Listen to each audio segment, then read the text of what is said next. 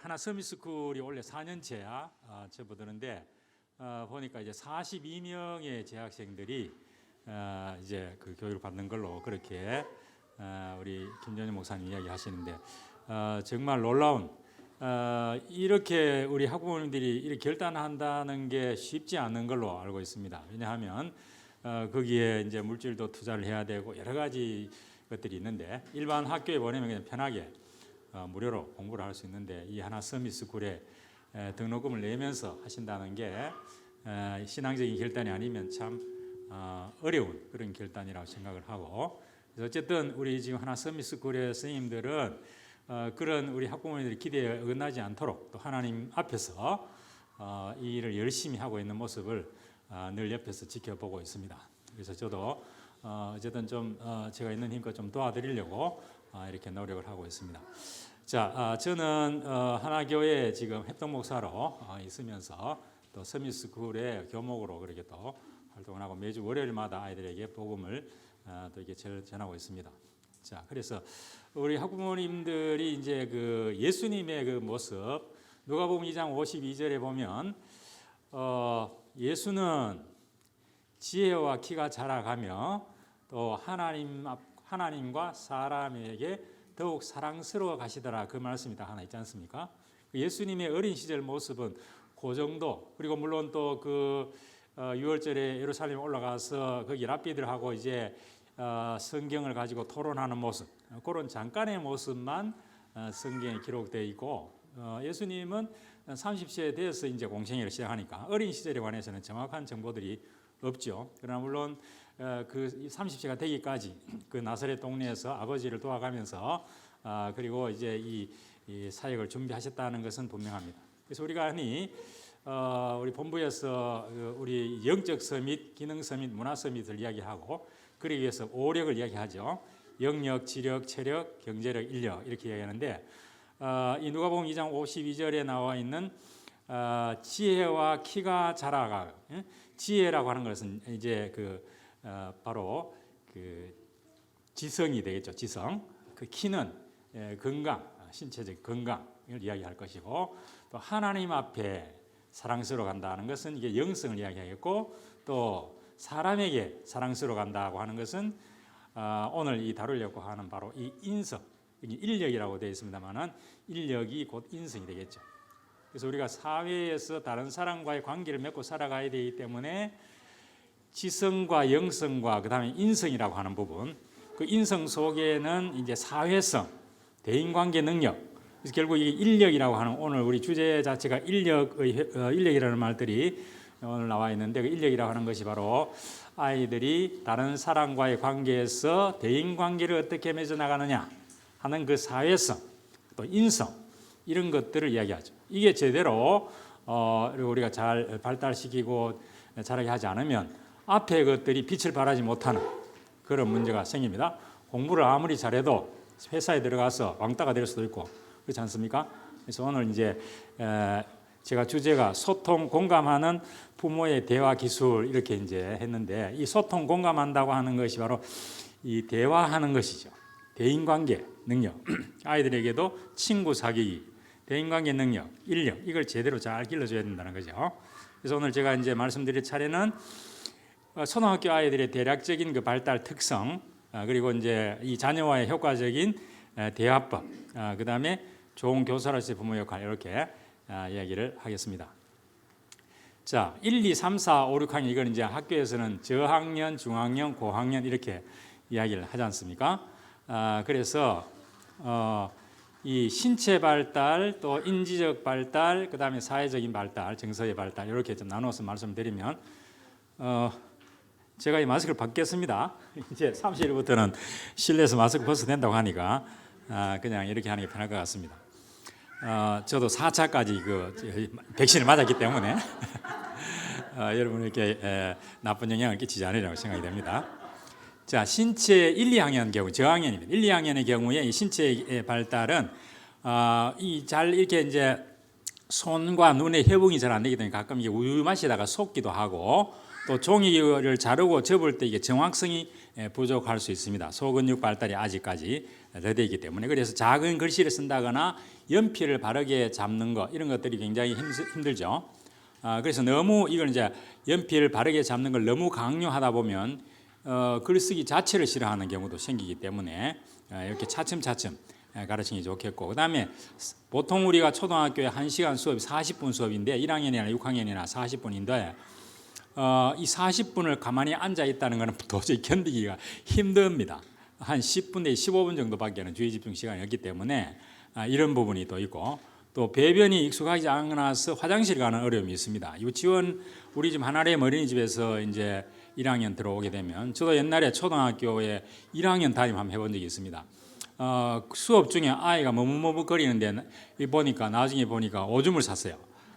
그게 이제 자기가 이걸 제대로 잘 조절 못하고 40분이 종쳐야만 화장실에 가니까, 그래서 초등학교 저학년에서는 선생님과 약속해서 화장실 가고 싶으면 수업 시간에 언제든지 가거라 하고 이렇게 허락을 해야 됩니다. 그래서 그럼 또 아이들이 우르르 몰려가기 때문에 몇 사람 가고 또 이렇게 바꾸고 이 목걸이를 해가지고 그렇게 이제 보내기도 하고, 또 그 교실에서 오줌을 싸게 되면 다른 아이들은 창피스러우니까 그때 빨리 이제 교사가 잘 모면을 해가지고 창피스럽지 않도록 그렇게 이제 조치를 해줘야 되죠. 이런 것도 이제 화장실 가고 싶으면 수업 시간에 갈 수 있도록 허용해 주는 것이 1, 2학년 교실에서는 중요하고, 이 저항력이 좀 약하기 때문에 몸살을 한다거나 등등 이런 가벼운 질병에 걸릴 수가 있기 때문에 아이들이 감기가 있다든지 하면 그걸 빨리 조치를 해야지, 억지로 학교에 보내거나 하면 다른 아이에게도 또 영향을 끼치지만 본인이 그 아프면 수업이 제대로 되지 않는 경우가 있기 때문에 이런 부분도 좀 우리가 유의를 해야 되고,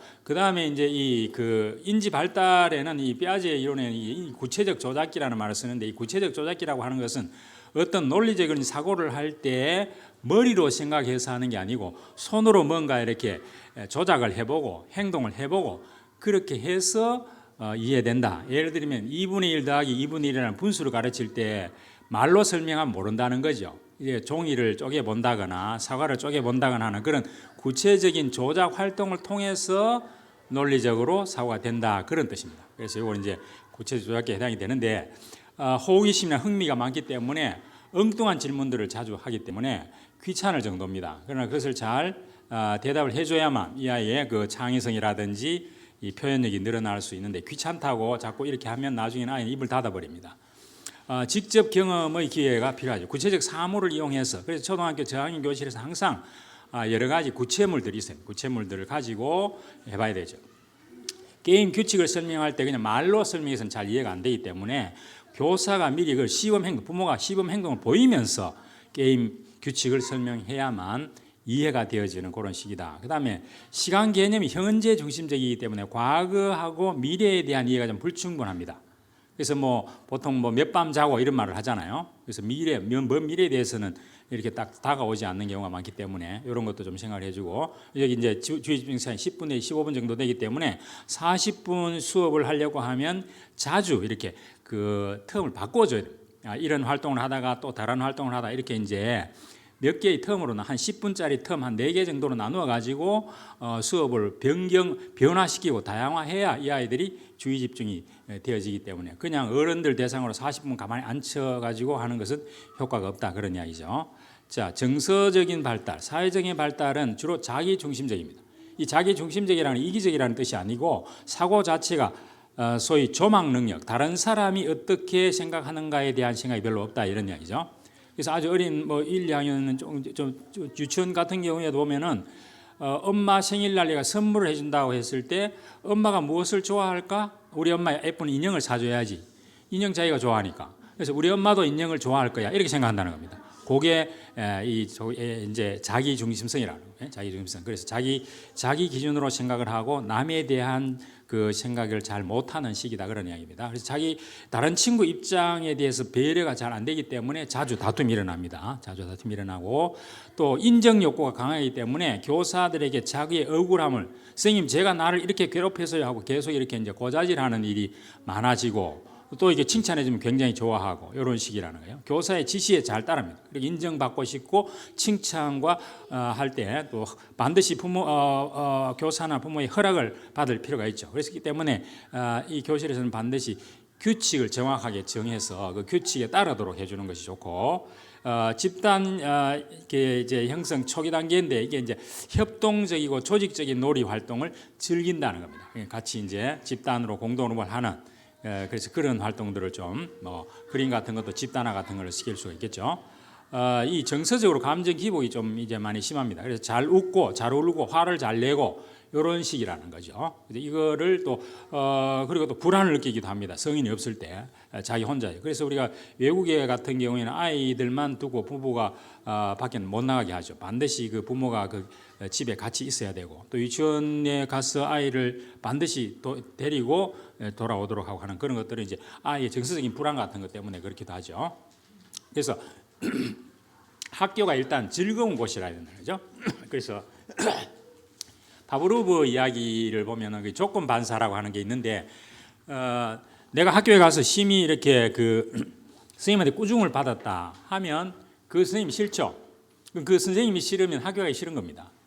이렇게 자꾸 이제 조건 반사가 된다. 학교만 생각하면 머리 아프게 되기 때문에 학교가 즐거운 곳이 돼야 돼요. 즐거운 곳. 가정도 마찬가지겠지만은 이제 그런 것들을 좀 우리가 감안을 해야 되고, 그다음 이제 3, 4학년. 3, 4학년의 경우는 이 치아의 유치하고 영구치가 이게 완전히 교치가 끝날 시기이기 때문에 치아 관리를 잘 해줘야 되고, 눈과 손의 협응이 이제 잘 되기 때문에 작은 글씨라든지 가위질, 바느질 이런 거 손동작이 좀 능숙하게 되는 그런 시기가 되죠.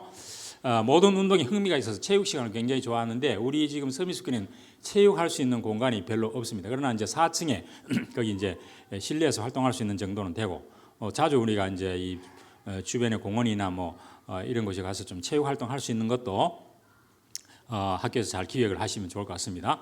또래 친구들과 함께 하는 거 굉장히 좋아합니다. 그래서 장난이 그래서 또 심해지기 때문에 다치기도 하고 이렇게 되죠.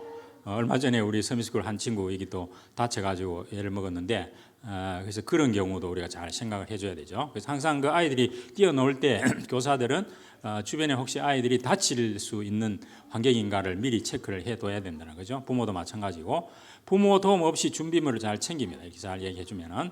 그리고 규칙 지키기를 좋아하고, 규칙을 잘 지키는 자기가 아주 자랑스럽게 생각합니다. 자기. 그래서 이런 것들은 이제 규칙을 지킴으로써 내가 착한 소년, 착한 소년이라고 하는 그런 인식. 이 에릭슨 이론에 보면 그때 이제 착한 소녀, 착한 소녀 그런 이제 그 시기이기 때문에 더 그렇죠.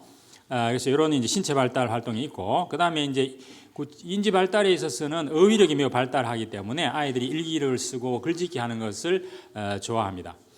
수와 분수 개념도 발달이 되고, 3학년들 계산 1000까지 계산할 능력이 생기고, 스스로 생각하고 판단하는 그런 자기 평가 능력. 이것은 점점 이제 다른 친구하고 비교하기 시작합니다. 내가 쟤보다 더 잘하는가 못하는가. 그래서 이제 이 학문적 자아 개념이라고 하는 게 있는데, 초등학교 2학년 때부터 벌써 다른 아이하고 지가 비교를 해서 내가 공부를 잘하는 아이가 못하는 아이가 의식이 삭트기 시작하고, 요게 6학년 되면 나는 공부 잘하는 아이야 하고, 학문적으로 나는 똑똑한 아이야 이렇게 자기가 생각을 한다는 겁니다. 그렇기 때문에 이게 자꾸 상대적으로 저끼리 비교를 하기 시작한다는 겁니다. 그런데 이럴 때 소외감을 느끼지 않도록, 그래서 결국 이제 부모들은 물론 이게 사회생활 하면서 남하고 비교하지 않을 수 없지만은, 그러나 나는 모든 분야에 다 잘할 수 없잖아요. 그래서 너는 이 부분이 잘하고 쟤는 저 부분이 잘한다. 제 손자 외손녀가 이제 장둥인데 지금 이제 원래 1학년 들어갑니다. 근데 둘이가 집에서 노는데도 계속 경쟁을 해요. 경쟁을. 그래서 우리 뭐 2분 상관입니다만은 큰애가 뭘 하면은 나는 그걸 잘 못한다. 요즘 뭐 보니까 이렇게 발레를 배우는 거야. 발레를. 근데 이 큰애는 발레를 해가 막 다리도 째고 잘하는데 지는 잘 안 되는 거예요. 힘이 들어간 거예요. 그러면 부모가 해야 할 때 뭡니까? 너는 발레를 쟤처럼 못하지만 너는 이거 잘할 수 있잖아. 얘는 또 뭐 춤을 잘 춘다. 춤을 잘 춰. 그래서 그 아이들이 잘하는 부분이 또 다르기 때문에 너는 이걸 잘하고 너는 이걸 잘한다. 이렇게 이제 상대적으로 비교시키지 않고, 이건 2학년뿐만 아니라 이런 부분들. 그래서 우리가 뒤에도 말을 하겠습니다만은, 모든 아이들을 베스트로 만들려고 하면 안 되죠. 1등은 하나밖에 없잖아요.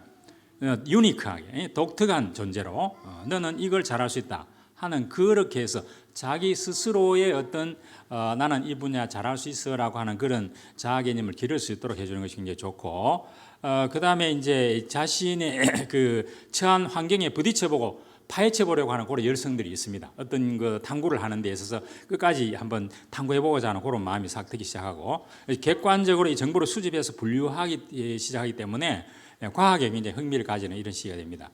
그리고 이 상상하던 세계가 점점 더 이제 현실적인 세계로 돌아오는 그런 시기가 되고, 정서적으로는 유대가 풍부하고 재미있는 일을 반복해서 하고 싶어하는 그런 형상이 있습니다. 이제는 친구 간에 신체적인 공격보다는 말로 다툼하는 언쟁이, 우리 역시 내 집에 이제 우리 큰 아이 손자가 이게 지금 언어가 조금 발달이 조금 이게 지체가 되는가 봐요. 그러니까 이제 말로 잘 안 되니까 좀 밀어버리고 이래가지고 유치원에서 이렇게 또 막 연락이 오고 이렇게 하는 걸 봤어요. 그래서 이런 경우에는 이제 언어가 조금 지체가 되면은 말로 표현이 안 되니까 막 그냥 행동으로 그렇게 나타내는데, 3, 4학년이 되면 이제 이 언어로 이제 해가지고 이제 언쟁이 심해진다. 언쟁이 그런 부분도 이제 그다음 뭐 이렇게 화나 이런 거 조금 참을 수 있게 되고, 굉장히 강렬한 정서 표현을 즐긴다는 거예요. 즐거움이나 웃음 주는 것을 적극적으로 표현하는데, 학교에서 있었던 일 집에 와서 이야기하면 부모가 그걸 다 들어주셔야 돼요. 바쁘다고 그냥 건성으로 들으면 안 된다는 거죠. 그럼 다음부터 집에서 이야기 안 합니다. 엄마가 내 이야기를 참 재밌게 들어주는구나 하면 이제 자꾸 이야기하고 싶으면, 그 부모한테 자꾸 이야기를 자주 해야 이 아이가 사회성도 늘어나고 언어도 발달이 되고 그래 되죠. 그리고 이때 왕따 현상이 증가하기 시작합니다. 너무 똑똑하거나 어수룩한 아이는 그 또래들한테 좀 소외되는 그런 이제 일이 벌어집니다. 그래서 이런 것도 잘 살펴보셔야 되고, 대인 관계에서 부모에서 이제 또래 관계로 점점 또래 간의 관계가 점점 더 이제 중요해지는, 모든 활동을 굉장히 즐긴다는 거예요. 그리고 보상 활동을 내가 잘했을 때 칭찬받는 거 좋아하기 때문에 스티커라든지 이렇게 이제 보상 체계를 잘 만들어 가지고 아이들이 적절한 보상을 해주는 것이 필요하고, 가정에서도 문제가 필요하겠죠. 자, 5, 6학년이 됩니다. 지금 5, 6학년이 없습니다만은 내년 되면 5, 6학년이 되는데, 지금 원래 이제 4학년이 들어가지 않습니까? 또 가정에 또 왜 형아들 있는 부모님들도 이 5, 6학년이면 요즘 이제 신체 발달이 굉장히 빨라가지고 이게 청소년기. 그래서 뭐 이 어린이에서 성인으로 전환하는 소위 그 심리적 이유 단계다 이런 이야기도 합니다. 이 성호르몬이 증가하기 때문에 신체 성장이 빠르고 키와 체중이 급격히 늘어나고, 여학생은 뭐 5학년 정도만 돼도 벌써 이제 생리가 시작이 되고 생리통이 일어나고 가슴과 엉덩이가 급격히 발달하는 이런 이제 2차 성징이 이제 점점 드러나는 그런 시기가 되죠. 그래서 우리가 초등학교에서는 5, 6학년 되면 보건 선생님이 들어와서 이제 이런 이야기를 쭉 해주고 이렇게 합니다만은, 가정에서도 이런 여학생 같으면은 이런 부분을 좀 잘 설명을 해주고 이해하도록 하고, 남학생들은 이제 빠르면 6학년 정도부터 이게 변성이 오기도 시작하고, 뭐 몽정이라든지 이런 거 골격 근육 외모에 대한 관심이 굉장히 늘어난다는 겁니다. 그래서 지금 학교 문방구점 앞에 가면 6학년 아이들이 하는 여러 가지 뭐 화장품 같은 거, 입에 립스틱이나 이런 것들을 파는 문방구도 있더라고요. 그래서 그런 것들을 무조건 말릴 게 아니라 한번 해보도록 토용해 주는 것도 좋습니다. 그런 것들 지나치지 않다면은 호기심에 있어서 한번 해보는 것도 괜찮겠죠. 이런 이제 신체가 급격하게 변화되기 때문에 거기에 대한 설명을 잘 해 주셔야 되고, 이게 이제 아주 소소한 아이의 경우에는 6학년 되면은 뭐 야동을 본다든지 뭐 지금 뭐 이게 휴대폰으로 그런 것이 다 막 돌아다니기 때문에 그런 것들을 자칫하면 그런 지식이 정상인 양 생각하면 나중에 이제 결혼해서도 문제가 되는 겁니다. 거기 이제 돌아다니는 그런 영상들은 정상이 아니다, 정상적인 것이 아니다 하는 거, 이런 것도 좀 잘 설명을 해 주셔야 되고, 그 다음에 이제 이런 어떤 인터넷 중독이라든지 이런 부분도 이제 생길 수 있기 때문에 주의를 해야 되죠. 그래서 여기 이제 인지 발달에 있어서는 이제 형식 조작기로 이행하는 6학년쯤 되면 이제는 굳이 이렇게 뭐 분수 공부할 때 뭐 이렇게 이 종이를 찢어 본다거나 뭐 사과 안 쪼개도 머리로 다 그게 이 가설적인 사고 가능하다. 추상적인 사고를 통해서 가설 명제적인 사고가 가능해진다는 겁니다. 스스로 주제를 정해서 자료를 수집하고 정리하는 것이 가능하기 때문에 이제 프로젝트 수업이라든지 문제 중심 학습이라든지 이런 것들이 이제 5, 6학년 교실에서 자동으로 많이 이루어지죠. 도덕적 추론에도 있어서 이제 보통 우리가 이제 아이들의 그 도덕적인 발달을 하게 될 때는 그 우리나라에는 옛날부터 이제 소위 아주 모범적인 사람의 예를 들어주고 그 모범적인 사람의 행동을 따라가도록 그렇게 하는 것들이 많죠. 그러나 이제 이 콜버그 같은 경우에는 이제 이 사람이 어느 것이 옳은가 그른가 하는 그 도덕적인 사고가 되어지면 거기 따라서 행동이 나온다. 이렇게 이제 보통 소위 지행합일, 알면 무엇이 옳은가 그린 걸 알면 옳은 행동을 할 수 있다라고 이야기를 하죠. 그래서 이제 이 5, 6학년 되면 무엇이 옳은가 그른가를 따져보기 시작한다, 아니죠? 따져보기 시작한다. 무조건 이제 이렇게 꼭 눌러서 되는 게 아니고, 그래서 이제 그런 사고들을 잘 이제 발달할 수 있도록 좀 도와줘야 되고, 그러나 이제 저학년의 경우에는 좀 이렇게 실천적이고 습관적이 되는 것. 그래서 뭐 우리가 어릴 때는 뭐 귀가 따갑게 교실에 뭐 왼쪽으로 다녀라, 또 뭐 아무거나 이렇게 흘리지 마라, 이렇게 이야기를 많이 들었기 때문에 어른이 돼서도 이제 이 아무데나 이렇게 안 버리잖아요. 근데 길 가다 보면 담배꽁초 아무데나 버리고 뭐 요구르트 아무리 먹고 막 던지다가 상대방 본네트 위에 이제 떨어져가 또 시비가 붙고 뭐 이런 경우가 있더라고요. 그러니까 이제 이런 게 어릴 때부터 습관이 안 돼야 돼서 말이죠. 3살 버릇 8까지 간다는 말이 맞습니다. 그렇기 때문에 어릴 때부터 도덕적인 그런 행동을 습관화해야 될 필요도 있지만 5, 6학년쯤 되면 왜 그것이 옳은지 그런 것들을 논리적으로 사고할 수 있는 기회를 주고 부모하고 또 토론하는 그런 기회도 필요하다. 도덕적 추론. 그러니까 기억력이 5학년쯤 되면 최고로 달합니다. 그래서 5학년 때 아이들이 뭐 굉장히 기억을 잘해요. 그렇기 때문에 다양한 독서를 해줄 필요가 있습니다. 어릴 때 이 간접 경험을 많이 할수록 그게 이제 아이에게 굉장히 중요하기 때문에. 그리고 이제 한 4학년쯤 되면 이제 학업 성적의 개인차가 크게 벌어집니다. 아이들의 그 상황의 여정에 따라 가지고. 그래서 이것을 할 때 특히 집에서도 형하고 아우하고의 뭐 이게 차이가 있을 수 있잖아요. 비교를 하면 안 됩니다. 형 닮아라, 언니 닮아라 이런 소리 하면 안 됩니다. 아까처럼 다 다르기 때문에.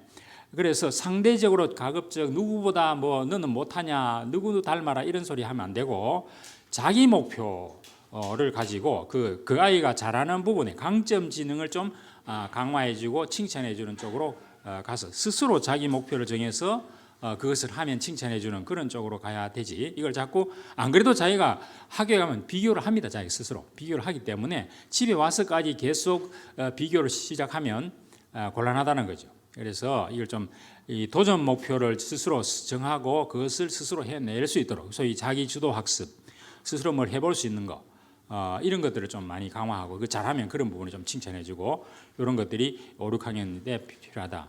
그리고 정서적으로는 이 사춘기의 정서로서 이제 이유 없는 반항기라 그러죠. 이게 뭐 보통 우리가 중2 때 가장 이런 그 사춘기 특성이 많이 드러난다고 이야기하지만 지금 이게 당겨져가 6학년까지 이렇게 많이 당겨져 있는 것 같아요. 그래서 이제 이 정서 조절이 불균형하기 때문에 감정 기복이 심하고 또래 집단에 집착하고 그래서 그 또래 집단에 자기가 속하기 위해서 무전히 노력하기 때문에 안 그러면 그 왕따를 당할 수가 있기 때문에 이제 그런 부분도 우리가 잘 봐야 되죠.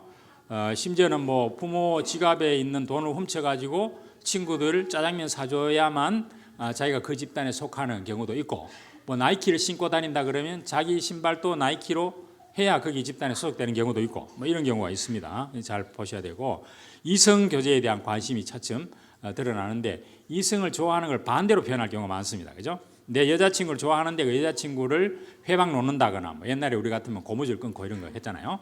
그런 식으로 그 애를 좋아한다는 걸 거꾸로 표현할 수도 있습니다.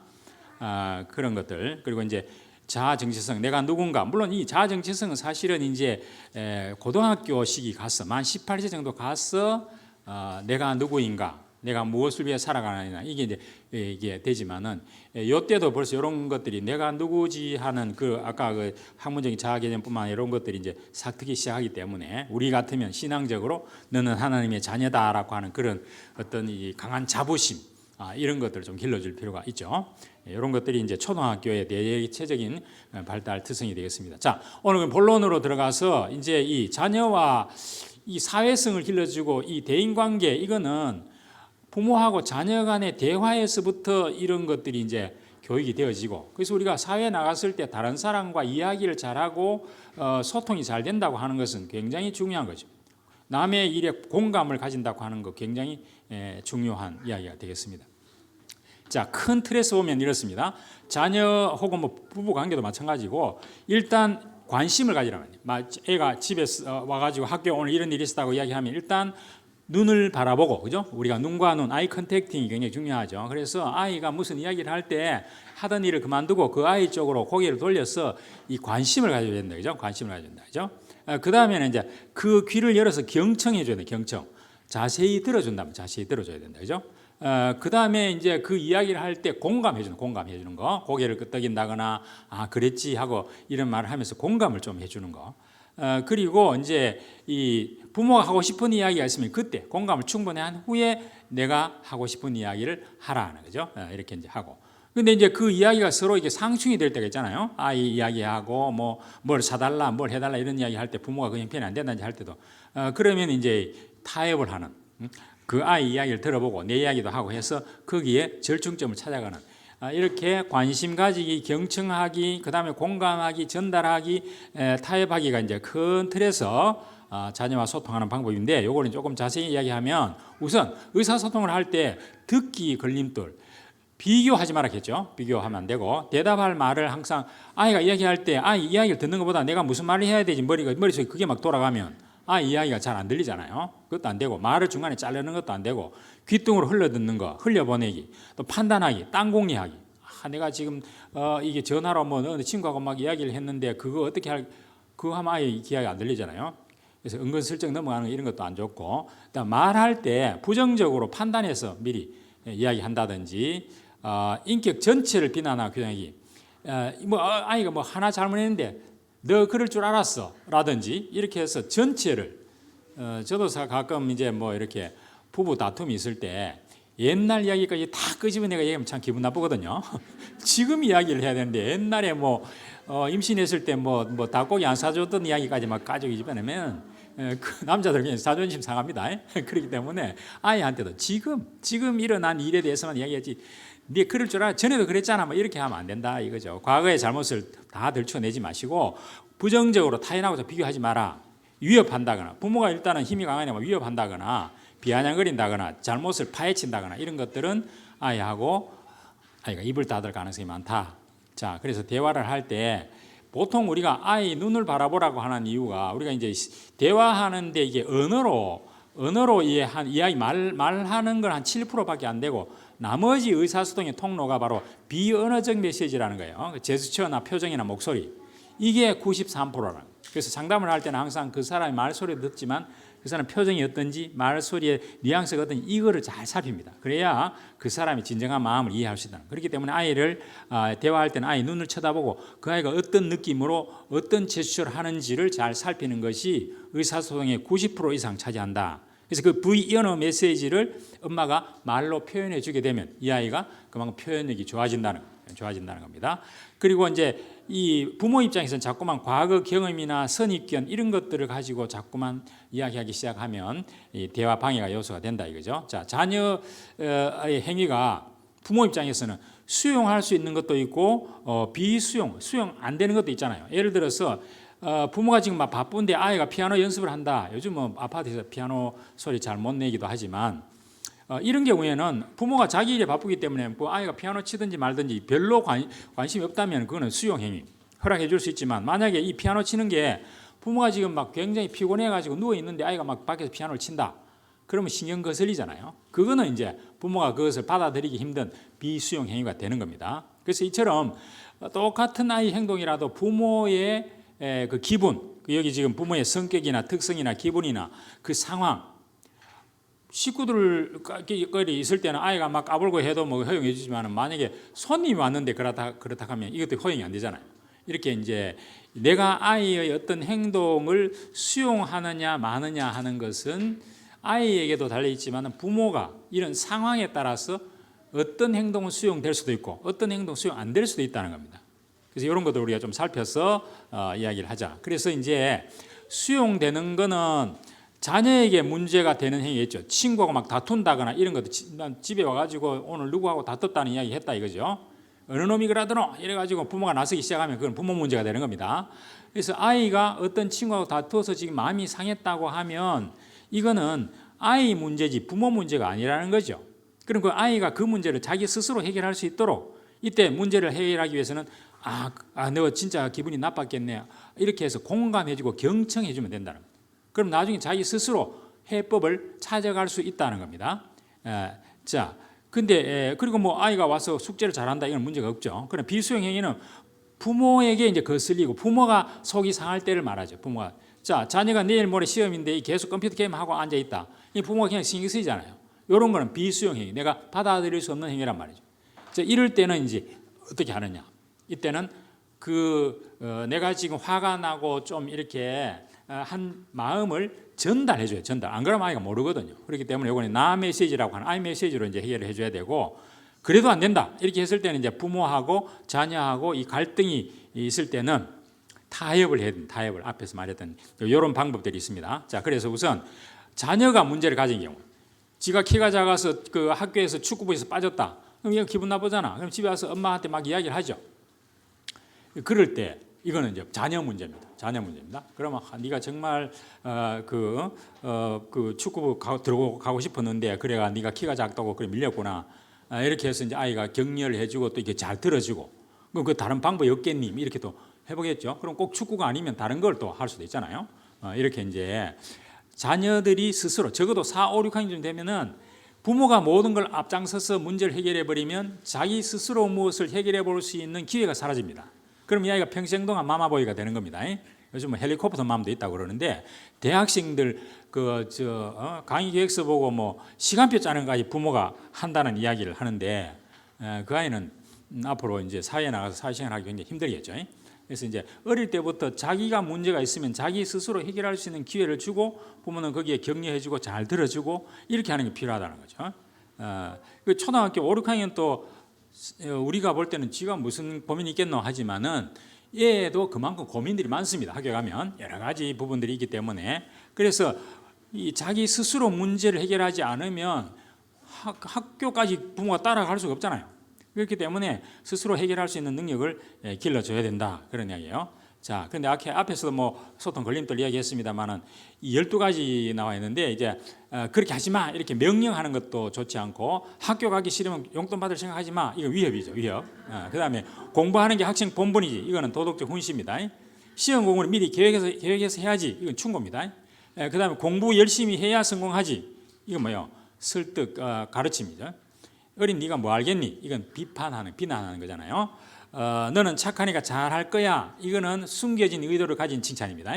이렇게 부모가 다른 의도를 가지고 이렇게 하는 거예요. 너 말투가 그게 뭐니? 이렇게 말하면 이거는 뭡니까? 좀 이게 창피를 주려고 하는 거. 너 공부하기 싫어서 그런 거지. 이거 뭐요? 심리적인 분석을 하는 겁니다. 이런 거. 그다음에 너도 크면 괜찮아질 거야. 뭐 이런 거 이제 안심시키는 그냥 이런 거라든지. 너가 먼저 그 친구에 시비를 걸었기 때문에 그랬지 하고 뭐 다툰 이야기를 하면 그렇게 아이를 막 판단해서 하면 이거 뭡니까? 신문하는 거. 너 같은 애한테 내가 기대하는 내가 걸렸지, 이렇게 이야기하면 이거 뭡니까? 이게 바로 빈정되는 거잖아요. 이런 것들은 부모가 아무 생각 없이 말할 때가 있는데 아이들은 그게 굉장히 상처가 된다는 거예요. 우리가 여사로 그냥 연못에다가 돌 하나 던지면 우리는 그냥 재밌어서 던지는데, 개구리는 삶과 죽음의 문제가 되듯이 아이한테도 부모가, 그래서 자기가 중요하다고 생각하는 부모나 교사가 한마디 툭 던지는 그게 자기 평생 동안 상처가 될 수도 있는 거예요. 야, 이 돌대가리야, 이렇게 말해버리면 제가 정말 돌대가리인 줄 알아요. 모든 걸 포기해버리는 그런 수가 생깁니다. 그렇기 때문에 말을 잘 조심해서 그렇게 하셔야 된다. 아이 기분을 생각해서 좀 생각해라, 이거죠. 그래서 소극적인 경청은 일단 이제 들어주는 거예요. 들어주는 거. 부모가 말을 많이 하면은 자녀가 문제를 말하기 어렵다. 가급적 부모가 말을 좀 줄이고 아이 말을 좀 많이 할 수 있는 기회를 줘라. 그러면은 부모가 경청해야 되잖아요. 아이들 눈을 바라보고 이렇게 이 온화한 시선으로 조용히 들어주는 걸 좀 많이 하셔야 된다는 겁니다.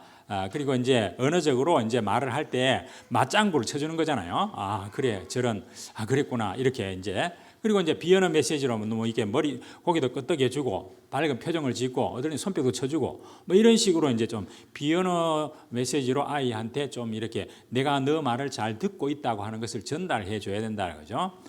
그러면서 이제 마음문을 여는, 아이가 말을 좀 주저한다 이럴 때는 너 그거 좀 더 말하고 싶구나, 이렇게 좀 아이에게 말문을 열 수 있도록 이렇게 해주는 것 좋고, 그 다음에 이제 조금 더 적극적으로 경청하려고 하면은 그 비언어 메시지를 읽어가지고 너가 이런 마음이었지라고 말해주는 거잖아요. 그래서 이제 반복해주거나 의미를 확인해주거나 혹은 또 비언어 메시지 그 표정을 보고 아이가 뭐 이게 학교 갔다가 시무드록 해가 막 가방 아무데나 내 던지고 지방에 푹 들어간다.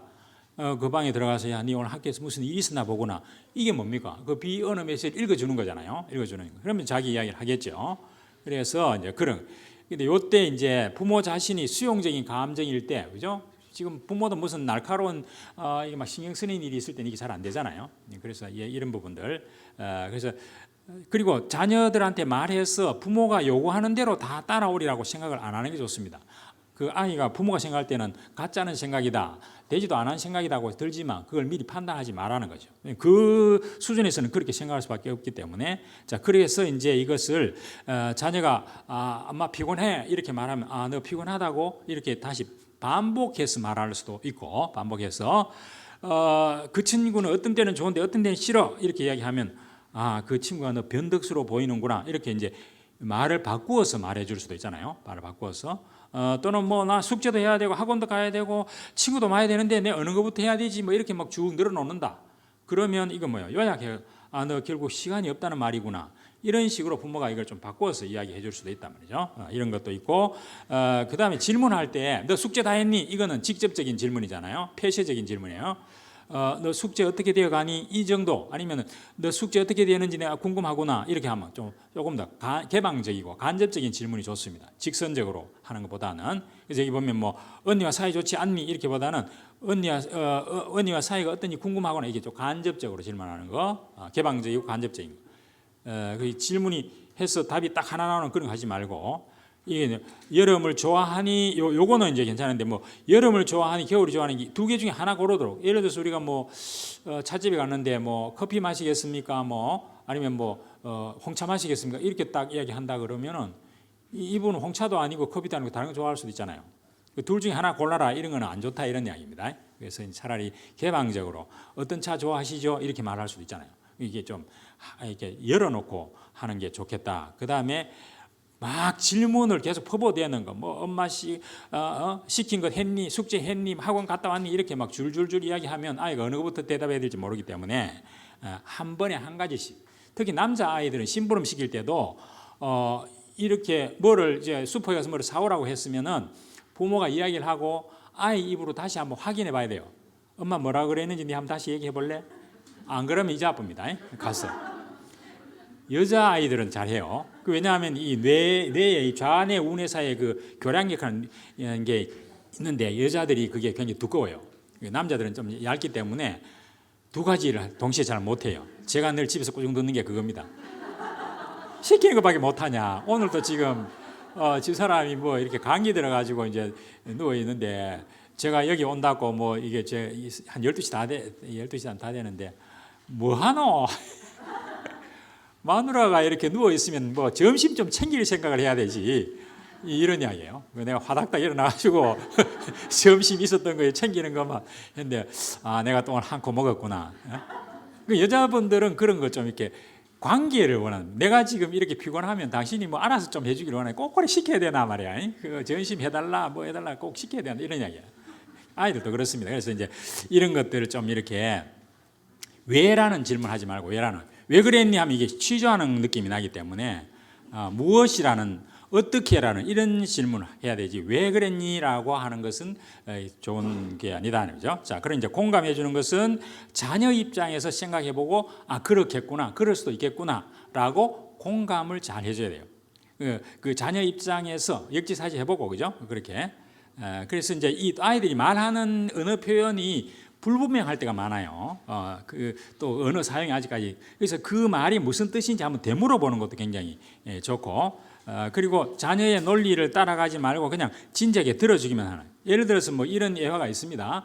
어떤 궁궐에 이제 공주가 아빠한테 아빠 저 달을 따다 줘. 뭐 밤에 보니까 달이 예쁘니까 달을 따다 줘. 야단 났으면 달을 따다 줄 수 있는 방법이 없잖아요. 신하들에게 물어도 아무 대책이 없어. 근데 거기에 한번 이게 노예로 끌려온 친구 제가 그렇게 하겠습니다. 그래가지고 이제 달처럼 생긴 예쁜 동전 같은 거 요걸 만들어 가지고 주니까 이 아이가 너무너무 좋아하는 거라. 달을 땄다고. 그러니까 부모 어른 입장에서는 달 따는 건 도저히 불가능한데 아이는 그걸 이야기하는 게 아니란 말이죠. 그런 식으로 자 그러고 또 문제가 생겼습니다. 달이 이제 이게 둥글다가 점점 더 이렇게 줄어들잖아요. 그거 또 따다줘야 되잖아.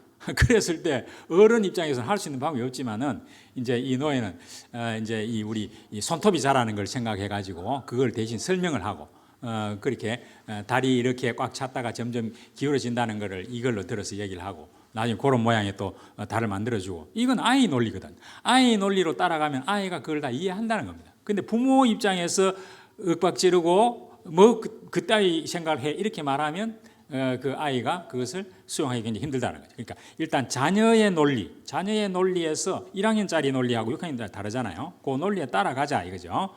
부모가 미리 다 해결해 주지 말고 공감해 주자. 표면 공감은 이렇게 이렇게 했구나, 너 이러니까 이렇게 했구나라고 이렇게 이야기를 해주는 건데 표면적으로 이제 심층 공감은 아까 얘기했듯이 그 아까 경청하기처럼 내가 이 아이의 비언어 메시지를 잘 읽어가지고 그 뜻이 무엇이었는지를 한번 이렇게 짚어주는 거예요. 그게 혹시 틀릴 수도 있어요. 틀릴 수도 있죠. 자, 예를 들어 여기면 내 방에 이렇게 놓고도 없이 그냥 부모가 아이 방에 쑥쑥 들어가는 거 5, 6학년 싫어합니다. 가급적 5, 6학년 같으면은 자기 방을 자기 필요한 공간을 따로 만들어주는 게 좋아요. 특히 형제간에도 이 공간을 따로 분리해 주는 게 좋다는. 원영 박사 이야기 자주 나오잖아요. 그렇게 이제 분리 안 해주면 자기 것하고 그 자기 동생 것하고 이걸 막 섞어 놓으면 항상 다툼이 일어난다는 거죠. 자기 걸 분명히 해주라는 건데, 자 그래서 들어갈 때도 엄마 들어가도 되겠니 하고 이렇게 노크를 하고 들어가는 거, 그 개인의 사생활을 보호해 주는 것이 굉장히 중요하다 그런 이야기죠. 그래서 그렇게 부숙부숙 들어오면 이제 애가 이런 불만을 이야기한단 말이죠. 나가요, 뭐 이런 식으로 이야기할 수 있다, 그죠?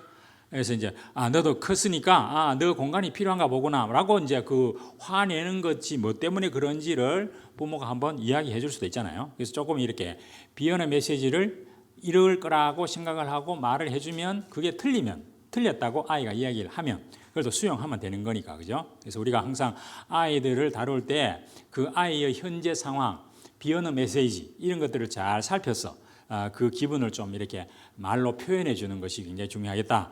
그 다음에 이제 이 자기 노출 이거는 이제 신뢰관계, 부모하고 아이하고 아주 신뢰관계가 회복됐을 때는 자기 노출. 예를 들어서 뭐 나도 어릴 때 친구가 그렇게 다툰 적이 있어라고 아이 다투어 가지고 마음이 상할 때는 나도 너만 할 때 그런 적이 있다라고 내가 있었던 이야기를 대신 해줄 수가 있죠. 그 다음에 가급적 주관적인 판단을 하지 말라는 거예요. 주관적인, 그죠?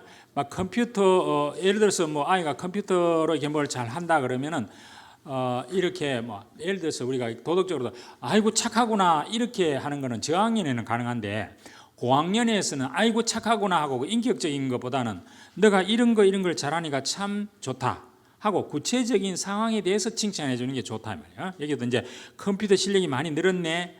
늘었다는 증거가 어디 있습니까? 이제 오타가 줄어들었구나. 이렇게 이제 또 그동안 연습 많이 했구나. 이렇게 이제 그 객관적인 근거를 가지고 칭찬해 주는 거. 이런 것들이 더 아이들에게는 좋겠다. 피드백 해줄 때. 그 다음에 이제 이게 맞닥뜨림. 이게 행동하고 말이 일치가 되지 않을 때가 많잖아요. 아까 너 괜찮다고 했는데 지금 보니까 안 된다고 하네라든지 너 지금 괜찮다고 하면서 목소리가 지금 떨리네 이렇게 이제 이 불일치되는 걸 지적해 주는 부분. 근데 이런 부분은 자칫 잘못하면 아이의 그 감정을 상하게 할 수 있지만 신뢰감과 형성되어 있다면은 이게 이제 가능하다는 거예요. 필요할 때는 이런 게 말과 행동이 일치되지 않을 때는 부모가 이렇게 이야기를 해줄 수도 있겠다. 자, 거짓말하는 아이들이 많습니다, 그죠? 우리가 이제 교회 다니는 아이들은 좀 덜하지만 초등학교 5, 6학년 전에 거짓말을 자기 유리하기 때문에 그래서 이제 거짓말하는 원인이 뭔지 그리고 거짓말을 하기 전에 거짓말 안 하는 상황을 만들어 주는 게 좋겠죠. 좋겠죠. 그래서 이제 특히 거짓말은 주로 모방해서 일어나는 경우가 많은데 부모가 전화할 때 막 이렇게 이야기를 하는 거 보면 내가 이렇게 얘기하는 건 네 다른 사람 이야기하지 마. 뭐 이렇게 말한다든지 부모가 지금 거짓말하고 있으면서 전화로 아이한테는 거짓말하지 말라고 말하면 이게 잘 먹혀들지 않겠잖아요. 그래서 이제 이런 자관 거짓말 할 수 있는 상황을 없애주고 또 거짓말을 했다면 거짓말을 했는 것이 왜 나쁜지 그것을 아이하고 이야기를 해서 또 우리가 뭐 성경적으로 이야기할 수도 있겠죠.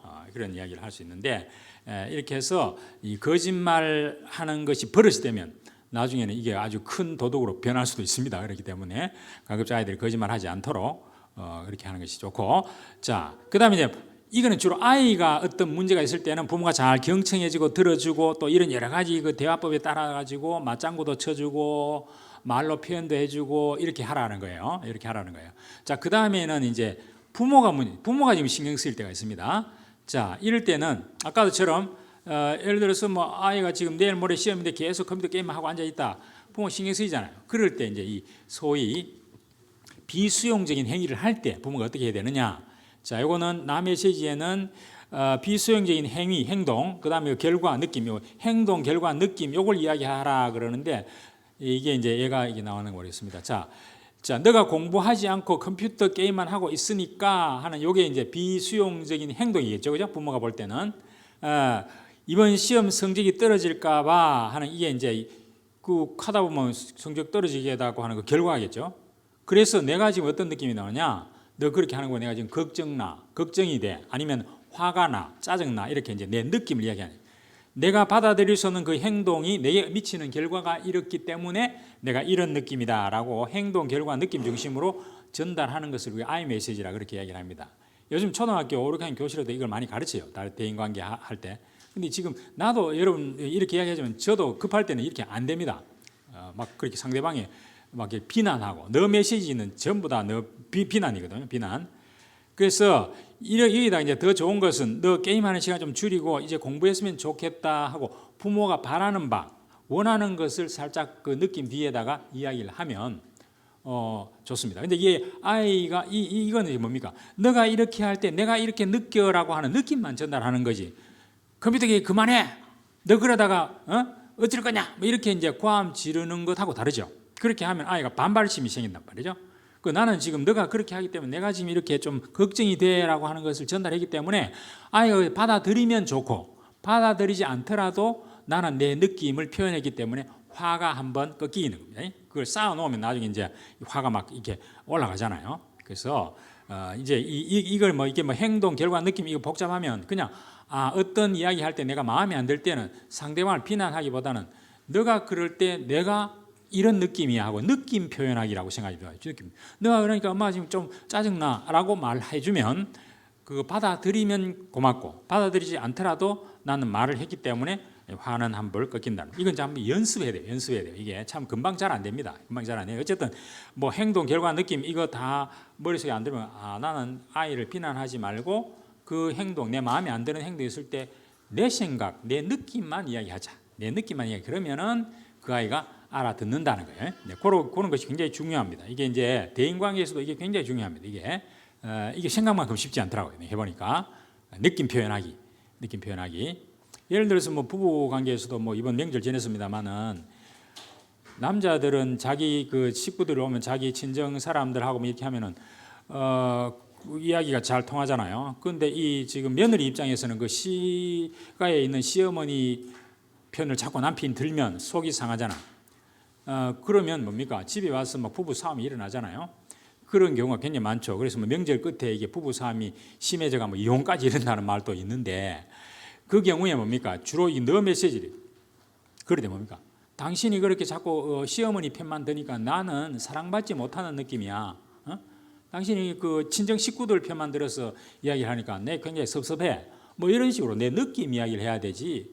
당신 친정 식구들 왜 그 모양이냐? 뭐 이렇게 자꾸 이야기하면 사실 저도 이제 우리 집 사람이 우리 집에 뭐 누님이나 이런 경우를 뭐 이렇게 비난하는 말 하면 굉장히 듣기 싫거든요. 그러니 굉장히 듣기 싫은데 바로 쏴대면 이게 부부 싸움이 되는 겁니다.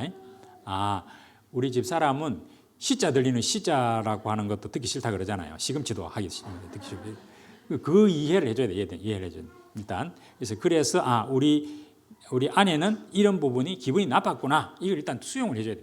당신 정말 그래 기분 나빴겠네 하고 내가 이렇게 공감해주면 문제가 풀리는데 뭐 그따위 뭐 그런 사소한 일을 가지고 뭐 이렇게 시작하면 이제 옛날 얘기 다 나옵니다. 자, 그래서 이런 거 환경을 좀 변화시켜.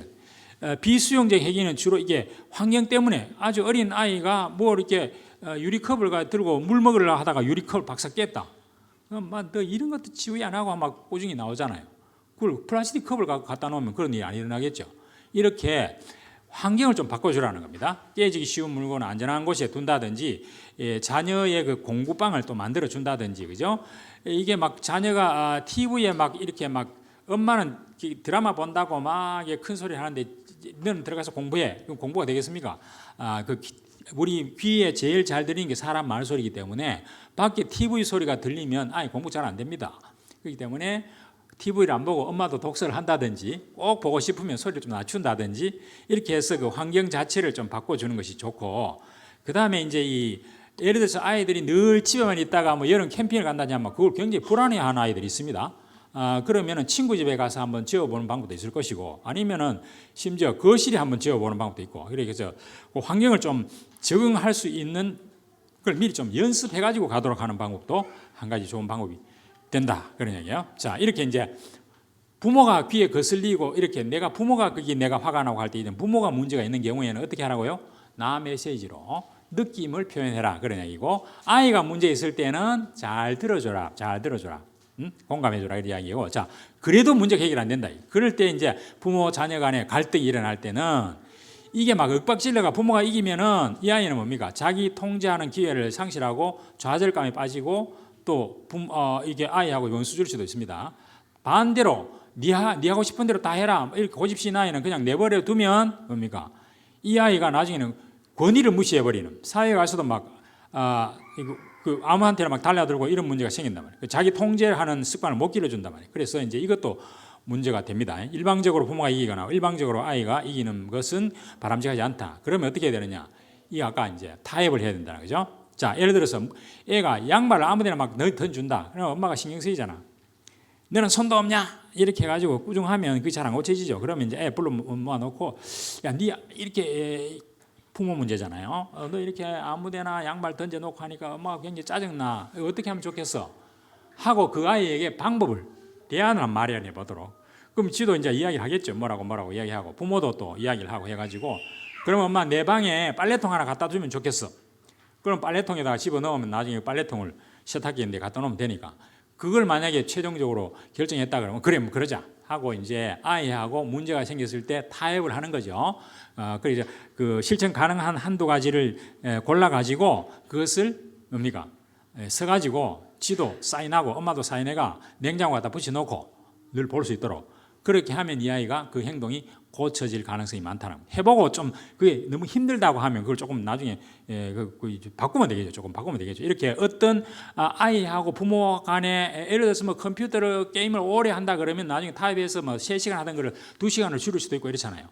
그리고 조금씩 이렇게 해서 이게 무패적 윈윈 방법이라는 거죠. 갈등이 생길 때 문제를 확인하고 해결책을 서로 대안을 제시하고 그중에 가장 실현 가능한 것을 평가해가지고 선택한다는 겁니다. 그리고 실행해보고 안 되면 그것을 조금 더 변경하는 이런 방법으로 아이하고 하기 시작하면 이 아이가 나중에 사회에 나가서도, 사회에 나가면 항상 갈등이 있잖아. 누구든지 뭐 직장이든지 어디든지 갈등이 있단 말이에요. 갈등을 무조건 자기가 힘이 세다고 갖다 눌러도 안 되고, 그죠?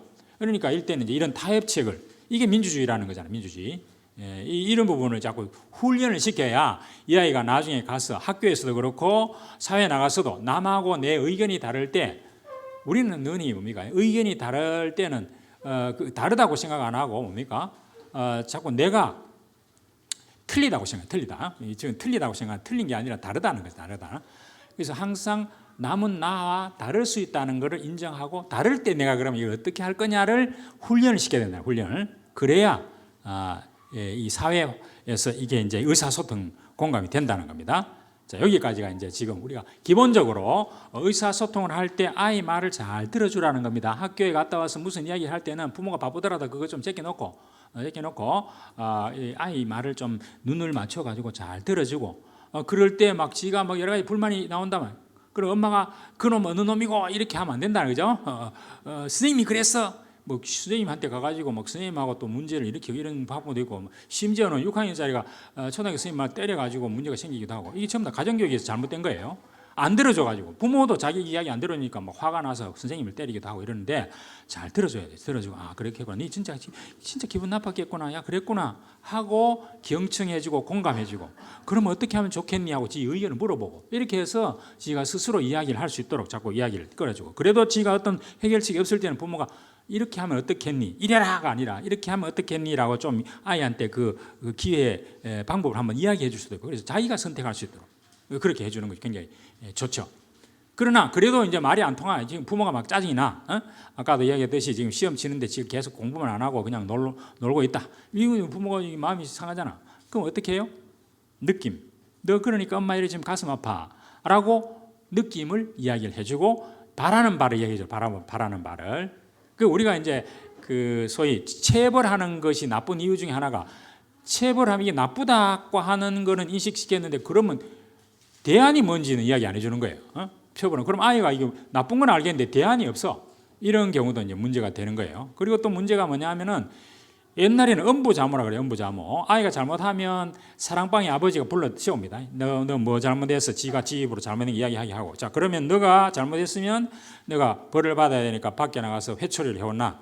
네가 몇 개 할지 네가 결정해라. 그럼 지가 회초리를 한 개 할지 두 개 할지 지가 정해야 돼요. 목침에 딱 세워놓고 아빠가 네가 분명히 잘못했지 하고 회초리로 종아리를 칩니다. 그럼 아이가 눈물이 쑥 빠질 정도로 아파요. 그러면 이 아이가 그 다음 어떻게 합니까? 큰 방에 가면 엄마가 이제 물수건 해가지고 아이고 니 진짜 아팠겠구나 하고 이렇게 아이를 위로해 주는 거예요. 그럼 정서적으로 이 아이가 뭡니까? 내가 잘못했는 것은 아빠한테 꾸중을 들었기 때문에 이제 이거는 죄책감이 사라지고 그렇지만 응어리가 남아있어. 이 응어리는 엄마한테 다 풀고 이러면 이 아이가 앞으로 이 일을 하면 안 되겠구나. 그러나 엄마는 나를 사랑해. 아빠도 사실 보니까 나를 사랑하네. 뭐 이런 식으로 하면 아이가 바르게 크는데 이게 지금 엄마가 막 꾸중하는데 아빠가 들어가 좀 안타까우니까 야 괜찮아 내 방에 들어와 이렇게 하면 난리 납니다.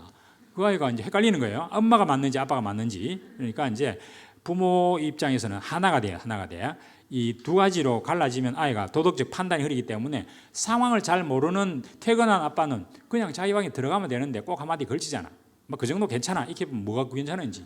그 엄마 입장에서는 굉장히 화가 나는 거예요. 이제 그렇게 일관성 있게 도덕적인 훈련을 시켜야 된다는 거죠. 그렇게 하기 위해서는 감정을 부모가 막 드러내지 않고 내 느낌이 이렇다라고 하는 걸 아이에게 전달해라. 자, 이게 이제 기본적인 우리가 대화 방법이고 하여튼 아이를 사랑하는 마음이 잘 전달될 수 있도록 그렇게 사실 앞에 우리가 12가지 이렇게 걸림돌을 캤지만은 아이가 정말 엄마 아빠가 나를 사랑한다고 생각하면 그런 것도 아무 문제가 안 됩니다. 그렇게 꾸중하고 뭐 하는 것도 다 엄마가 나를 사랑하기 때문이야 라고 생각하면 문제가 안 되는데 평소에 관계가 안 좋으면 그게 전부 다 걸림돌이 되는 거예요. 그렇기 때문에 아이에게 그 사랑을 잘 표현해 주셔야 되고 자 그러면 이제 이 좋은 교사의 부모 역할 이건 대화하고 이런 것들이 됐을 때 대화가 좀 되겠죠. 정서적으로 인정해주고 보호해주고 또 도덕적인 가치는 분명하게 우리 성경의 자문에 보면은 초달하라. 잘못했을 때는 회초리를 치라고 되어 있단 말이에요. 그런데 지금은 학교나 어디 가면 치는 거는 부모 잘못하면은 뭡니까? 아동 폭력 이 대태이기 때문에 아이가 자기 엄마 휴대폰으로 경찰서에 고발하는 수도 있고 그렇잖아요. 굉장히 조심스러운 건데 어릴 때는 신체적 체벌도 가능하지만 적어도 한 3학년 이상은 신체 체벌하는 것은 굉장히 아이 정서적으로 안 좋습니다. 말로 꾸중한다 이렇게 해야 되는데요. 어쨌든 이제 훈계를 잘 해야 되고 그 대신에 뭡니까? 이 샌드위치 칭찬. 고칠 게 있으면 너 엄마 정말 이게 잘해. 근데 이것 좀 고쳤으면 좋겠어. 나는 그래도 너를 사랑해. 뭐 이래가지고 칭찬 가운데 고쳐야 될 거 하나 중간에 끼워 넣는 식으로 이렇게 이제 충고를 하라. 그런 것도 있습니다. 그것도 한번 생각해 보시고. 그 다음에 아이 행동 발달 수준. 저 수준에서는 그럴 수도 있다라고 좀 생각을 해 주시고 기본 생활 습관을 하도록 하고 언어로 이렇게 스킨십 좀 자주 아이를 좀 안아주고 이렇게 좀 이렇게 쓰다듬어주고 요즘은 다른 사람이 그렇게 하면 그건 큰일 나지만 부모는 할 수 있잖아요. 이런 거 함께하는 시간을 좀 늘리라. 자, 그 다음에 이제 장점을 좀 찾아서 인정해주라, 칭찬해주라. 6학년 되면은 좀 구체적으로 칭찬해주라 그랬죠. 그 다음에 EQ 이야기를 자주 하는데 이 정서적으로 이 EQ라는 것은 내 감정을 잘 인식하고 내 감정을 잘 컨트롤할 수 있는 능력하고 타인의 감정을 잘 이해하고 그것을 컨트롤할 수 있는 능력 이렇게 나눕니다. 그러니까 중간에 이제 자기 동기부여 능력이 있는데 자기 감정을 잘 인식하려고 하면 부모가 잘 들어주면 그러니까 아까 또 비언어 메시지를 말로 표현해주면 내가 지금 화가 났구나 이런 거를 말로 표현할 수 있게 된다는 겁니다. 그래서 감정 처리의 모범 보이기 이제 부모간에. 그래서 부부싸움 할 때도 그 부부싸움을 안 하는 척해도 아이들 다 알고 있습니다. 그렇기 때문에 부부싸움 했으면 반드시 화해하는 모습을 아이에게 보여줘야 돼요. 우리 엄마는 기분이 나빠서 이렇게 부부싸움 하지만 그래도 화해를 하더라. 그거를 보지 못하고 자라면 결혼해서 이혼할 확률이 높습니다. 그렇기 때문에 좀 그런 걸 감정 처리에 뭐 가급적 부부싸움 안 하는 게 좋겠지만 그럴 경우에 아이에게 그 상황을 이야기해 줘야 되고 보여줘야 된다. 그죠? 그다음에 감정 어린 순간을 좀 경험하도록 아이하고 이제 여름이나 겨울에 이렇게 좀 좋은 곳에 여행 가서 좋은 감정 아이들이 중학교 가서 빗나갈 때 돌아올 수 있는 확률이 엄마가 해준 맛있는 된장찌개 그거 생각하고 돌아오고 그다음 가족끼리 여행 갔던 거 정말 그때 좋았는데 그거 생각하면 돌아온다는 겁니다. 안 그러면 빗나가 본다는 겁니다. 그렇기 때문에 그 감정 어린 순간을 좀 많이 만들어주고 그다음에 뭐예요? 자기 감정 내가 아까 막 화가 난다 할 때도 아이에게도 이 나 메시지로 표현할 수 있도록 가르치는 게 좋겠다. 이런 거. 그다음에 이제 자기 감정을 조절해야 돼요. 자기 감정. 아까 분노가 일어날 때 이런 것들 분노를 통제하려고 하면은 막 이게 친구하고 약속인데 안 온다 이러면은 계속 기다리기만 하면 짜증 나잖아요. 그래서 아마 차가 막혔겠지 등등 이렇게 좀 긍정적으로 생각을 하고 다른 일을 좀 하라 이거죠. 그러니까 아이가 들어오면은 네 전화도 없이 늦게 이러니까 정말 내 화가 났거든 이렇게 말을 하라는 겁니다. 그때까지. 자, 그다음에 이제 자기 동기를 부여해라는 건데 이제 이 목표를 설정해서 그 목표에 도달할 때 점점 칭찬을 해주고 좀 낙관적으로 좀 긍정적으로 생각할 수 있도록 해주는 거 굉장히 중요하죠. 우리 성경은 전체적으로 긍정적인 거 아닙니까? 우리가 뭐 자주 드는 예로 이제 물컵에 반 물이 있을 때 부정적으로는 물이 반밖에 안 남았네 이렇게 부정적으로 생각하지만 물이 반이 남았네. 예를 들어서 지금 어떤 분이 당신은 지금 이제 암이 걸려가지고 3개월밖에 안 남았다라고 이야기 들었을 때 부정적인 사람은 어떻게 했습니까? 3개월밖에 안 남았다고 하면 이게 엄청난 스트레스로 오잖아요. 그런데 긍정적으로 생각하면 어떻겠습니까? 아직 3개월이나 남았네. 3개월 동안 내가 뭘 해야 되지? 요즘 제가 이제 웨일다잉에 관해서 이제 좀 이야기하기 다니는데 우리 죽음 준비를 잘 해야 된다는 거. 끝에 가서 이 긍정적으로 자기 삶을 돌아보고 그것을 남은 시간을 어떻게 유용하게 보낼 것인가. 내가 대학원생들하고 그 수업하면서 자 남은 시간이 12시간이다. 12시간 뭐 할래? 하고 한번 이야기해보라고 했더니 뭐 여러 가지 이야기를 많이 하는데 결국은 가족들과 시간을 가지겠다는 게 제일 많아요. 그렇기 때문에 우리가 이런 것 좀 낙관적으로 보도록 그냥 만족지연 극기율 이제 내가 지금 좀 힘들더라도 더 나은 걸 위해서 내가 좀 참아낼 수 있다고 하는 거. 이 유명한 실험이 있죠. 미셸이라는 교사가 아이한테 메시밀로라고 하는 이제 그 과자를 이렇게 주면서 실험실에서 너 이거 안 먹고 내가 잠시 볼일 보고 올 동안 안 먹고 있으면 내가 하나 더 주겠다. 근데 거기 이제 한 3시간 다 굶겨놓고 그러니까 금방 먹어치운 친구가 있고 막 이렇게 뒹굴면서 노래하면서 참았던 친구들이 있다 이거죠. 근데 그 아이들 추적해 보니까 그걸 막 참아냈던 아이들, 이 소위 이제 만족지연이죠. 당장 안 먹고 맛있는 과자 안 먹고 하나 더 받기 위해서 좀 참았던 아이들이 나중에 SAT 시험이 굉장히 뭐 120점이나 차이 나고 뭐 이렇게 좋은 학교에 들어가고 친구들하고 관계도 좋고 뭐 이런 등등의 결과를 이렇게 한 그런 연구가 있어요. 그래서 이 말은 뭐냐? 더 나은 것을 위해서 내가 좀 참아낼 수 있는 그런 훈련을 좀 해야 된다는 거예요. 요즘 아이들은 이게 어려운 걸 잘 못 참아내잖아요.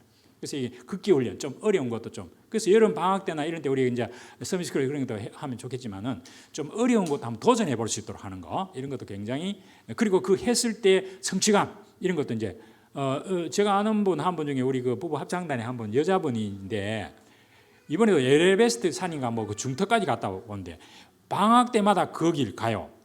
우리가 볼 때는 여자분이 어떻게 저렇게 에베레스트 산을 저렇게 등반을 하나 생각하는데 자기는 기분이 좋다는 거라. 그것만 기다려진다는 거예요. 1년 내에 그것 때문에 일이 막 활기 있게 한다는 거예요. 그런 목표도 굉장히 좋은 거겠죠. 자, 타인의 감정을 좀 잘 공감해 줘가지고 좀 이렇게 해줘야 되는 거죠. 이렇게 역할극도 하고 협동도 좀 말하고 다른 친구하고 우리 집에 와 자보기도 하고 그 친구 집에 놀러 가서 자보기도 하고 또 생일이 있으면 서로 축하해주고 이렇게 다른 친구하고 자주 사귈 수 있는 그런 환경을 좀 만들어주면 다른 친구의 그걸 좀 공감할 수 있겠죠. 그리고 이제 대인관계는 아까 말씀하셨듯이 이게 윈윈할 수 있는 거 갈등이 일어나면 서로 어떻게 해결할까 대안을 제시하고 그 중에서 하나 찾아가지고 실천해 보기 이런 것도 아이들한테도 좀 이야기를 해주고 학교에서도 이런 거 좀 가르쳐야 되겠죠. 자 그리고 올바른 습관을 좀 길러주는 게 중요한데 이게 지금 여러분 스티븐 콥이라는 사람이 쓴 책에 보면 이게 성공하는 사람들이 있을 거 아니에요. 있습니다. 그건 이제 자기 삶을 주도하라. 그 다음에 목표를 확립하고 행동하라. 비전을 주라는 거죠. 우리가 CVDIP 자주 이야기하잖아요. 소중한 거 먼저 해라. 시간 관리할 때 중요한 것부터 먼저 해라는 거죠. 그 다음에 뭡니까? 이게 상호 이익을 모색하라. 윈윈하라. 그죠? 경청한 다음 충분히 듣고 말해주라. 충분히 잘 안 듣는다는 겁니다. 그 시너지 효과.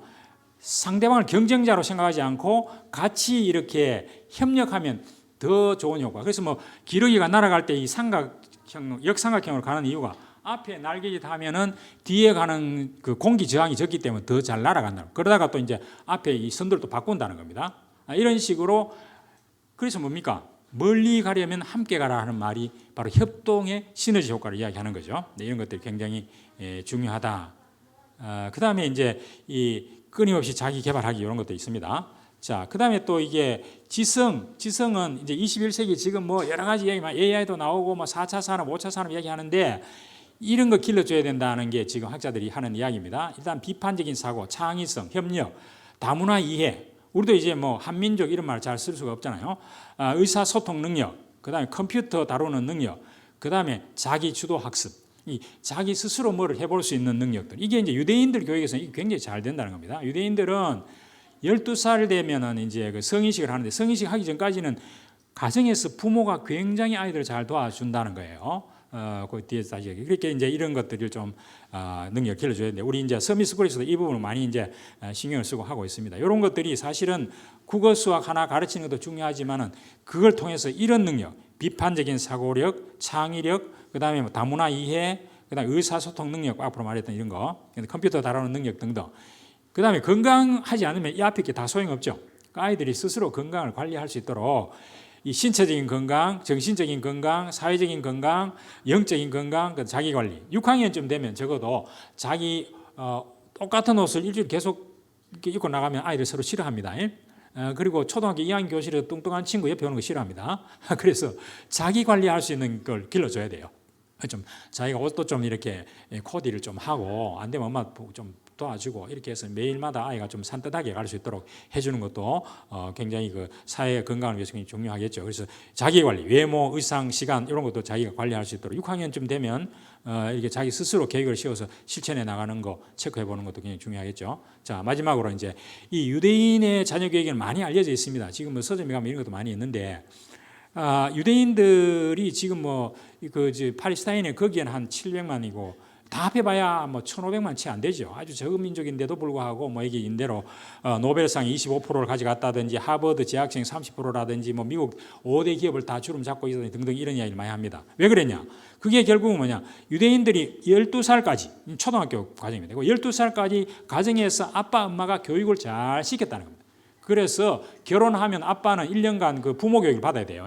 엄마도 그렇고. 그래서 이런 부모가 알고 아이들을 책임지고 잘 집에서 이제 가르치기 때문에 그래서 금요일이 되면 그 안식일이 토요일이기 때문에 아빠가 반드시 그 금요일 날 집에 오고 매일 오지만은 집에 와서 아이들하고 식탁을 같이 해서 함께 한다는 겁니다. 그래서 항상 아빠를 끌어들여야 돼요. 아빠가 바쁘다고 아이를 잠자는 아이를 보고 아침 일찍 출근해 보고 하면 아이가 나중에는 아빠가 어떻게 생겼는지도 모를 수가 있습니다. 그렇기 때문에 아빠가 정말 내가 필요할 때 왜 없었어? 운동회에서 막 달리는 거 내가 자랑하고 싶은데 아빠가 없어. 그러면 이 아이 실망이 큽니다. 그렇기 때문에 그 아이가 정말 필요할 때 아빠 엄마가 그 자리에 있어야 돼요. 그래서 사랑한다고 하는 것은 시간을 함께 한다는 거예요. 네 때문에 내가 뼈 빠지게 일했잖아. 이거 아무 소용없습니다. 아이에게는. 자기가 필요할 때 아빠가 없었어. 그렇기 때문에 이 아이를 잘 이렇게 부모가 아빠 엄마가 이 어릴 때 초등학교 시기에 잘 시간을 같이 그래서 적어도 가족과 함께하는 시간 많이 만들수록 좋겠죠.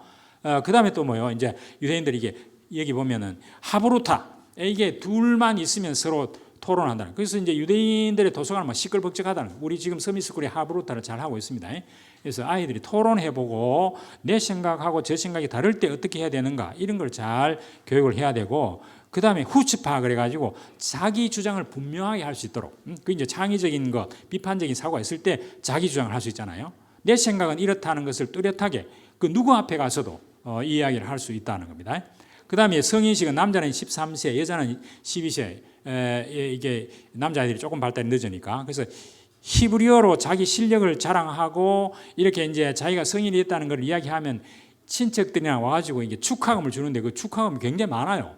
마치 우리가 결혼식 할 때 결혼식 할 때 축의금 주듯이 친척들이 다 주면 뭐 어떤 경우에는 뭐 몇백만 원이 되고 몇 천만 원이 되는 경우도 있는데 그 돈을 저축을 해가지고 굴리는 방법, 뭐 주식에 투자를 하든지 해가지고 이것도 경제적으로 경제관이 그래가지고 자기가 대학 졸업하면은 그 돈을 종잣돈으로 해가지고 벤처 기업을 만들고 지금도 그 이스라엘에 가면 벤처가 굉장히 많은데 그 작은 나라가 벤처 기업이 많이 생겼기 때문에 GDP가 엄청나게 올라간다. 그게 전부 다 뭐냐면 그런 어릴 때부터 이 돈을 어떻게 굴려야 되는지 경제관념을 확실하게 심어준다는 거잖아요. 자기 주장 분명히 하고.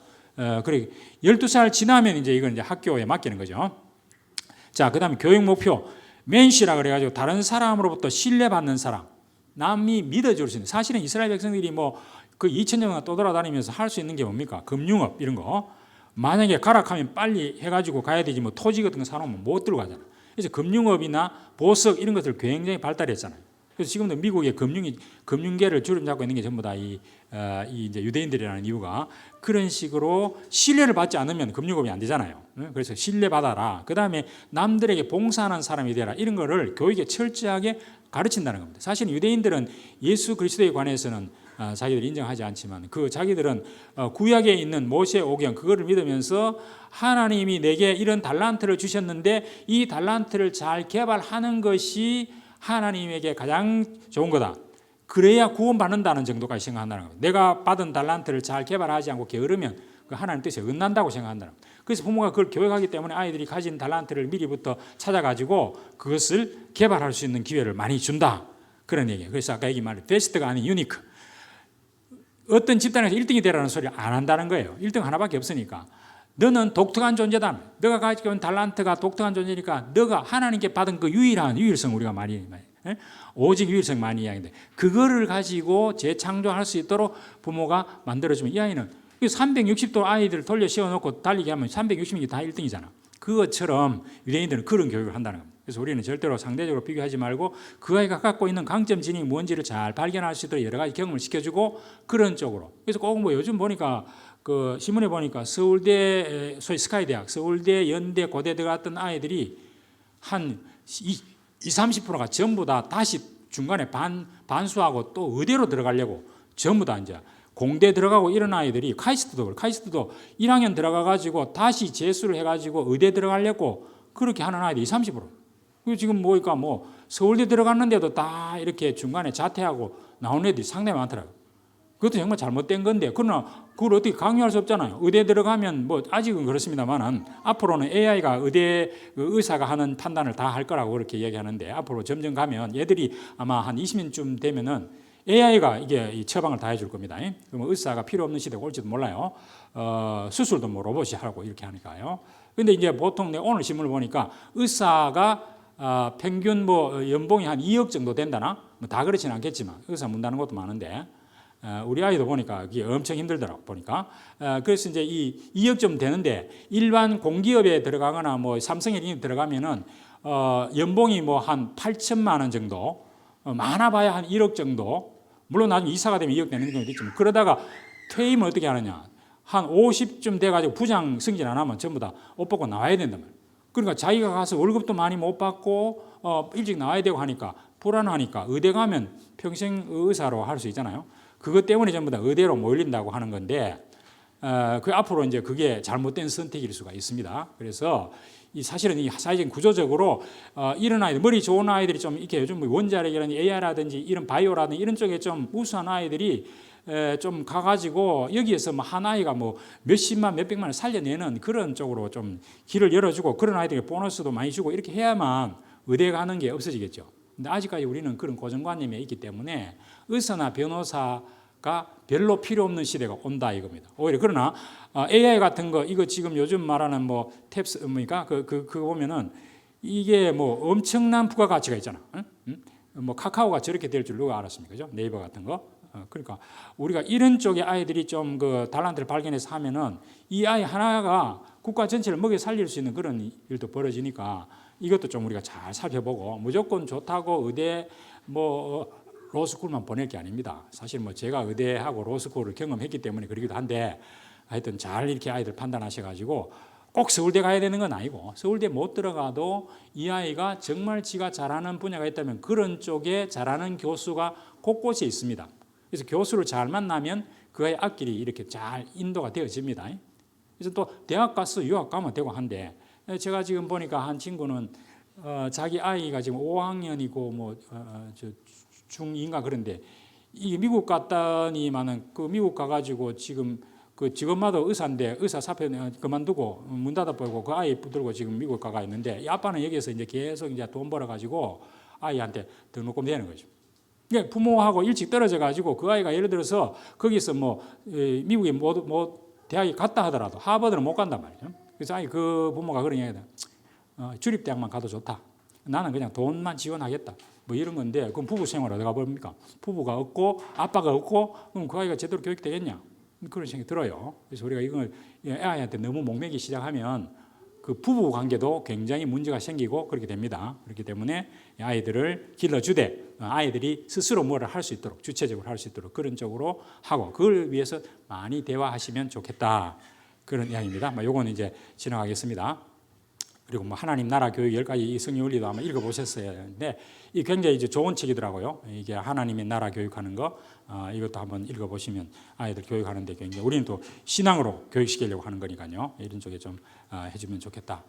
제가 이제 몇 가지 말씀드렸습니다. 정리하면 자 일단 아이 문제에 너무 개입하지 말고 스스로 해결할 수 있도록 잘 들어주라. 내가 가슴 답답하거든 내 느낌을 이야기해라. 그래도 안 되거든 붙잡아 놓고 앉아 놓고 서로 이야기해라. 이야기해서 대안을 찾아라. 그 세 가지입니다. 세 가지. 그리스도의 사랑으로 아이를 길러주면서 지금도 뭐 2030년, 50년이 얘들이 활동할 시기다 그런 말 하는데 앞으로 얘들이 지금 초등학교 우리 아이들이 한 10년, 20년 되면 다 사회적으로 뭘 하잖아. 그걸 내다보고 유대인처럼 키우고 신앙으로 키우면 하나님 분명히 각 아이들을 통해서 그 달란트가 다 주어져 있거든요. 사실은.